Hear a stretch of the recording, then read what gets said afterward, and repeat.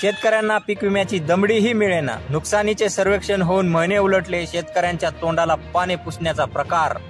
Online तक्रारीचा उपयोग होईना। यंदा खरीप हंगामात सर्व शेतकरी पीक विमा ऑनलाईन काढला। नुकसान झाल्याने मी त्याबाबत ऑनलाईन तक्रार केली होती। नंतर संबंधित विमा कंपनीचे प्रतिनिधी यांनी शेतात येऊन तक्रारीची दखल घेत नुकसानीची नोंद केली असून त्याला महिन्यापेक्षा अधिक काळ लोटला तरी दमडी ही विमा कंपनीने अजूनही मला दिली नाही, अशा प्रतिक्रिया रामेटाकळी येथील शेतकरी कुसुम आश्रबा कदम यांनी दिली।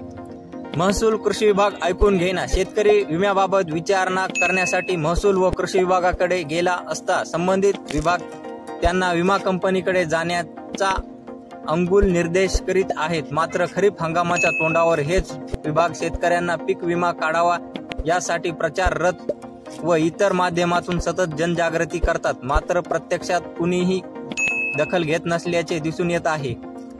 कोरड्या दुष्काळाच्या वणव्यात मानवत तालुक्यात यंदाच्या खरीप हंगामात मानवत तालुका यंदाच्या खरीप हंगामात परपाळून निघाला आहे। त्यामुळे तालुक्यात कपाशीसह जवळपास सर्व शेत पिकाचे खूप नुकसान झाले।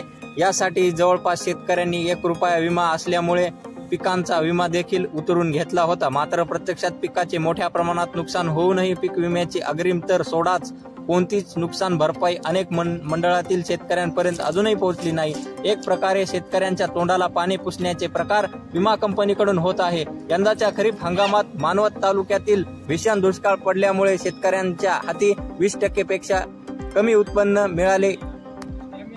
ऐन सोयाबीन काढणीच्या व कापूस वेचणीच्या काळात तालुक्यात दुष्काळाच्या झळा गंभीर झाल्या होत्या। त्यामुळे थोडाफार हाती तोंडी आलेला घासही या दुष्काळाच्या झंझाळीमुळे मातीमोल झाला आहे। दरम्यान मानवत तालुक्यात खरीप पिकाचा जवळपास सर्वच शेतकऱ्यांनी विमा काढला आहे। त्यापैकी नुकसानीच्या 72 तासाच्या आत शासनाच्या पोर्टलवर तक्रार केलेल्या बहुतांश शेतकऱ्यांची पडताळणी झाली आहे, परंतु अद्यापही या शेतकऱ्यांना पीक विमा